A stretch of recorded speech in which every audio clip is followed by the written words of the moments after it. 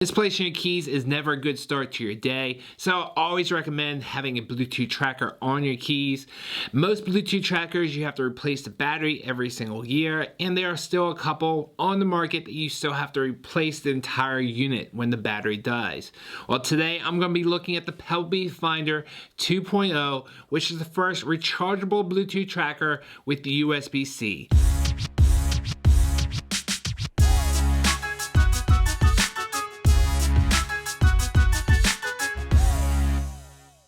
Now, the Pebblebee 2.0 was sent to me for a full honest review, but I will be leaving affiliate links down below where you can pick this up.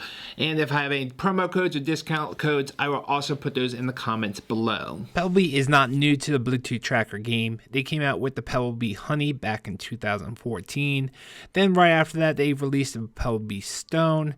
And then they released a great looking first generation Pebblebee Finder, and most recently the wallet Bluetooth tracker called the Pebblebee BlackCard. I love that it comes with a keyring. A lot of Bluetooth trackers no longer provide them. And like I mentioned before, it does use USB-C, which is the very first Bluetooth tracker that I've seen with USB-C. It is a total redesign from the first Finder. It is a little bit bigger though, coming in at 36 millimeters round, and it only weighs 10 grams, where the last model it was actually quite heavy at 18 grams. On the front are some raised bumps, which gives it a little extra traction when you're trying to hold it. And it has two lights in this model, one red and one green, which helps you to find it in the dark. Behind the lights is the push button, so if you're looking for your phone, you can double press this button to ring your phone. On the back are the speaker holes, which we'll test out the sound level in just a moment. On the bottom is the plug for the USB-C. Around the outer edge is the case, which I'm assuming is aluminum. I'm not quite sure, but it does feel great in the hand, and I'm really happy with this design. I love the design of this. I love that it's rechargeable. Even though I favor the design of Pebblebee 1 a little bit more, it's a little bit heavier, a little bit more substantial. I like how you were able to take out the guts easily, and I actually did a video of me putting it into a TV remote. If you guys want to see that video, check out the card right up there. And now let's go ahead and jump into the app, connect it, and see what new features there are. Go ahead and make an account once you download the app, either in the Apple App Store or the Google Play Store. Once you set everything up, go ahead and hit the add button. It'll walk you through the process. You'll have to hit the button on the device. Give it a minute or two, it will connect. You'll then want to name the device. That way, if you have multiple Pebblebees, you'll know which one is which. And if you haven't already, go ahead and give it a full charge. Go ahead, plug it in, and give it probably about 2 or 3 hours to fully charge up. Now, if you happen to lose your device, go ahead, go into the app and go into your device, hit the find button, and that will make the Pebblebee ring, which in my sound test came in okay at 94 decibels.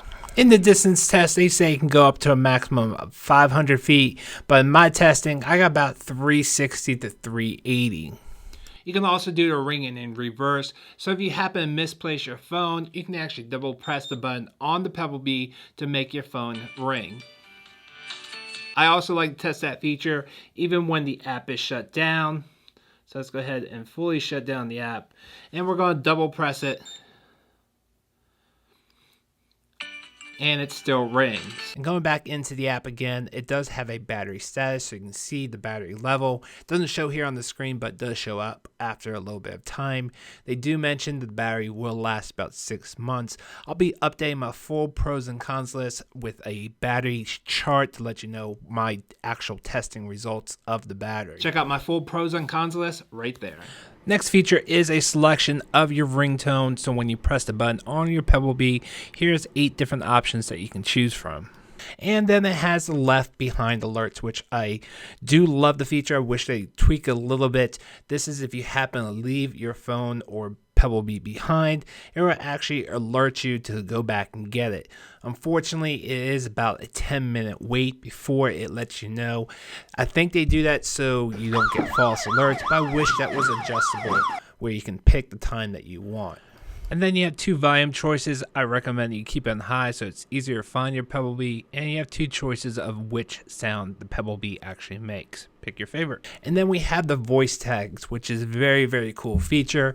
If you have Lady A, aka Alexa, or Google Home Assistant, you can actually ring your Bluetooth tracker by asking them to find it. Now, your phone does have to be within range, but if you happen to lose your phone and your keys at the same time, but they're still within range, you can ask either of your voice assistants.